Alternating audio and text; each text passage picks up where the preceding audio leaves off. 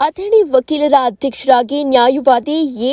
ಹುದಾರ್, ಉಪಾಧ್ಯಕ್ಷರಾಗಿ ಆರ್.ಪಿ. ಹಗೇದ್, ಪ್ರಧಾನ ಕಾರ್ಯದರ್ಶಿಯಾಗಿ ನ್ಯಾಯವಾದಿ ಸಿ.ಕೆ. ಬಾಗಿ ಖಜಾಂಚಿಯಾಗಿ ಜೆ.ಡಿ. ಹಿರೇಮಠ್, ಕಾರ್ಯದರ್ಶಿಯಾಗಿ ಎನ್.ಪಿ. ಬಾಬರ್ ಚುನಾವಣೆಯಲ್ಲಿ ಮತ್ತು ಮಹಿಳಾ ಪ್ರತಿನಿಧಿಯಾಗಿ ನ್ಯಾಯವಾದಿ ಗೀತಾ ಕಾಂಬಳೆ ಅವಿರೋಧವಾಗಿ ಆಯ್ಕೆಯಾಗಿದ್ದಾರೆ ಎಂದು ಚುನಾವಣೆ ಅಧಿಕಾರಿ ಬಿಎಸ್ ಅಂಬಿ ಘೋಷಿಸಿದ್ದಾರೆ. ಅಧ್ಯಕ್ಷರಾಗಿ ಆಯ್ಕೆಯಾದ ನ್ಯಾಯವಾದಿ ಎ. ಹುದ್ದಾರ್ ಮಾತನಾಡಿ, ಈಗಾಗಲೇ ಮಂಜೂರಾದ 36 ಕೋಟಿ ರೂಪಾಯಿ ಮೊತ್ತದ ನ್ಯಾಯಾಲಯ ಸಂಕೀರ್ಣ ಕಾಮಗಾರಿ ಪ್ರಾರಂಭಿಸುವ ನಿಟ್ಟಿನಲ್ಲಿ ನಾನು 24 ಗಂಟೆ ಕಾರ್ಯನಿರ್ವಹಿಸುವುದಾಗಿ ಹೇಳಿದರು. ನ್ಯಾಯವಾದಿ ಸಂಘದ ಹಿಂದಿನ ಅಧ್ಯಕ್ಷರುಗಳು ಸಾಕಷ್ಟು ಉತ್ತಮವಾಗಿ ಕಾರ್ಯನಿರ್ವಹಿಸಿದ್ದಾರೆ.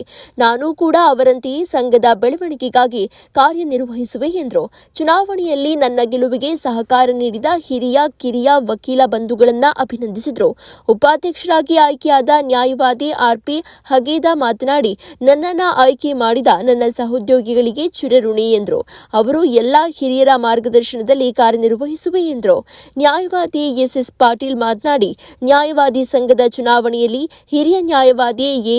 ಹುದ್ದಾರ ಭರ್ಜರಿ ಗೆಲುವು ಸಾಧಿಸಿದ್ದು, ಅವರ ಗೆಲುವಿಗೆ ಸಮಾನ ಮನಸ್ಕ ವಕೀಲರ ಗುಂಪು ಶ್ರಮಿಸಿದೆ ಅಂತ ಅವರು ನೂತನ ಅಧ್ಯಕ್ಷರು ಹಿರಿಯ ಕಿರಿಯ ವಕೀಲರನ್ನ ಒಗ್ಗಟ್ಟಾಗಿ ಮುನ್ನಡೆಸಿಕೊಂಡು ಹೋಗ್ತಾರೆ ಎನ್ನುವ ವಿಶ್ವಾಸ ಇದೆ ಎಂದರು. ವಿಜಯೋತ್ಸವದಲ್ಲಿ ಪಾಲ್ಗೊಂಡಿದ್ದ ಹಿರಿಯ ನ್ಯಾಯವಾದಿ ಎಸ್.ಎ. ಪಾಟೀಲ್ ಹುಲಗಬಾಳ ಮಾತನಾಡಿದರು. ಈ ಸಂದರ್ಭದಲ್ಲಿ ನ್ಯಾಯವಾದಿಗಳಾದ A. ವನಜೋಳ, Ningappa ಕೋಕಲೆ, S.A.. Patil, Basavaraj dengue, Basavaraj Ambi ಇನ್ನುಳಿದ ವಕೀಲರು ಸೇರಿದಂತೆ ಗೆಲುವಿಗೆ ಪಟಾಕಿ ಸಿಡಿಸಿ ಪರಸ್ಪರ ಸಿಹಿ ಹಂಚಿ ಸಂಭ್ರಮಿಸಿದರು.